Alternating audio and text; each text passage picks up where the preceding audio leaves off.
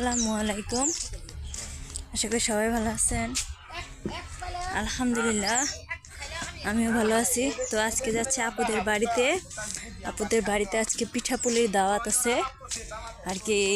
আমাদের দেশের বাড়িতে এটা একটা নিয়ম যে মেয়েদের আর কি বিয়ে হয়ে যায় আর কি, বিবাহিত মেয়েরা যারা আছে তারা শ্বশুর বাড়ি থেকে বাপের বাড়িতে আসবে, এসে শীতের পিঠাপুলি খাবে আর কি। তো এরকমই আপুদের বাড়িতে আপন মানুষেরা আসছে, তো সেই ক্ষেত্রে আমাদেরকেও দাওয়াত করছে। তো যাচ্ছে আপুদের বাড়িতে, দেখি কতদূর কী হলো আপনাদেরকেও দেখাবো। তো সকালে নাস্তা হিসেবে দেওয়া হলো খুদের ভাত, মূলা শাক ভাজি আর হচ্ছে শুটকি ভর্তা।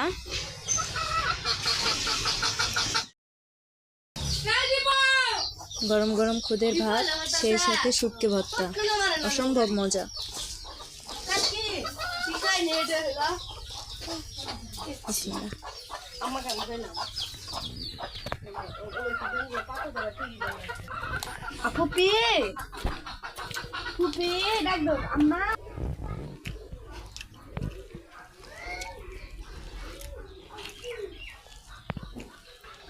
খুদের ভাত খেতে কে কে পছন্দ করেন কমেন্টসে জানায়েন।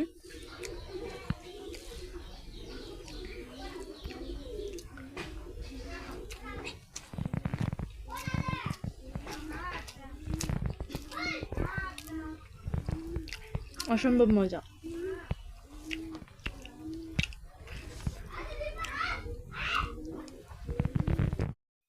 এখন পিঠাটা বানানো হবে। তো এখন বানাবে হচ্ছে আপনার দুধ চিতই। তো দুধ চিতই বানানোর জন্য এখানে নিয়ে নিছে খেজুরের গুড়, 2 কেজি খেজুরের গুড় এখানে রয়েছে, একটা হচ্ছে হলুদ আর একটা হচ্ছে লাল। তো দুধ চিতই বানানোর জন্য দুধটা ভালো করে জাল করে নিতে হবে। তো ভালো করে জাল করার জন্য এখানে আপনার দিয়ে দিল তেজপাতা, এলাচ, দারচিনি। তেজপাতাটা একটু পরে দেওয়া হবে। তো এই মশলাগুলো দিয়ে দুধটাকে একটু নাড়াচাড়া দিয়ে নিলাম ভালো করে। এরপরে দিয়ে দিব হচ্ছে তেজপাতা। তেজপাতা দেওয়ার পরে আরও ভালো করে নাড়াচাড়া দিতে হবে যাতে দুধটা ভালো করে জাল হয়, তার জন্য। কারণ দুধ চিতই আর কি আপনার বানানোর জন্য দুধটা একটু ঘন হলে খেতে কিন্তু খুবই মজা হয়। তার জন্য বারবারই নাড়াচাড়া দিতে হবে যাতে দুধটা নিচে দিয়ে ধরে না যায় বা দুধটা উতলিয়ে যাতে চুলার উপরে না পড়ে, সেই দিকে খেয়াল রাখতে হবে। তো দেখেন দুধটা বলক চলে এসেছে। তো দুধটা বলক ওঠার পর দেখেন ভালোভাবে নাড়াচাড়া দিয়ে নিতেছি যাতে দুধটা উতলিয়ে চুলার উপর না পড়ে, এর জন্য এভাবে ভালো করে নাড়াচাড়া দিয়ে নিতেছি। তো দেখুন সুন্দর করে একটু পরপর নাড়াচাড়া দিতেছি। তো এখন এখানে দিয়ে দিব। তো দেখুন দুধটা জাল হয়ে গেছে। এখন এখানে দিয়ে দিব গুড়, যে গুড় নিয়ে রাখছিলাম, গুড় দিয়ে আবার ভালো করে জাল দিব। তো দেখুন এখানে গুড়গুলো দিয়ে দেওয়া হচ্ছে, গুড় দিয়ে আবার ভালো করে জাল দিতে হবে।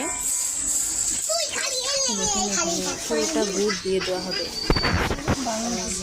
প্রায় 2 কেজির মতো দুধ আছে।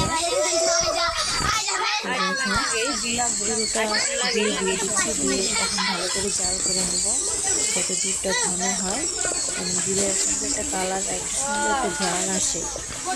তো দুধটা ভালো করে জাল করার পর সুন্দর একটা ঘ্রাণ আসবে এবং দুধটা একটু ঘন হয়ে যাবে।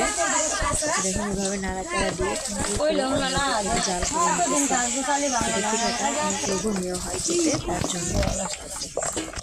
তো দেখুন দুধটা ভালো করে জাল হয়ে গেছে, অনেক সুন্দর একটা কালার চলে আসছে দুধে। এখন দিয়ে দিচ্ছি পরিমাণ মতো লবণ, দিয়ে এখন এটাকে নামিয়ে ফেলবো। তো দেখেন এটাকে নামিয়ে ফেলছি, দেখেন কি সুন্দর কালার আসছে দুধের। তো এই দুধ তৈরি আপনার একটা রীতি আছে যে অনেকেই বলে নাকি পিঠা নাকি দুধে দেওয়া যায় না। তো আমি মনে করি যে গরম পিঠাটা দুধে দিলেই পিঠাটা ভালো ভিজে। তো এর জন্যই পিঠাটা বানিয়ে সাথে সাথে দুধের উপরে দেওয়া হয়েছে। তো দেখেন এখন চিতই বানানো হচ্ছে। তো চিতইটা এরকম করে বানিয়ে তারপরে দেখবেন যে গরম গরম পিঠা দুধের উপরে ছেড়ে দেওয়া হবে। তো এখন চিতইটা হওয়ার জন্য ঢেকে দিল। তো দেখেন হয়ে গেছে।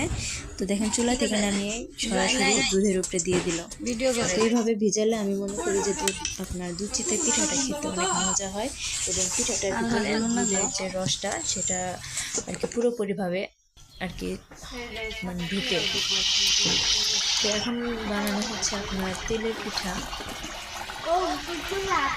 তো অনেকেই বলে নাকি অনেক মানুষ থাকলে নাকি তেলের পিঠা নাকি এরকম ফুলে না, তো এটা অনেকেই বলে।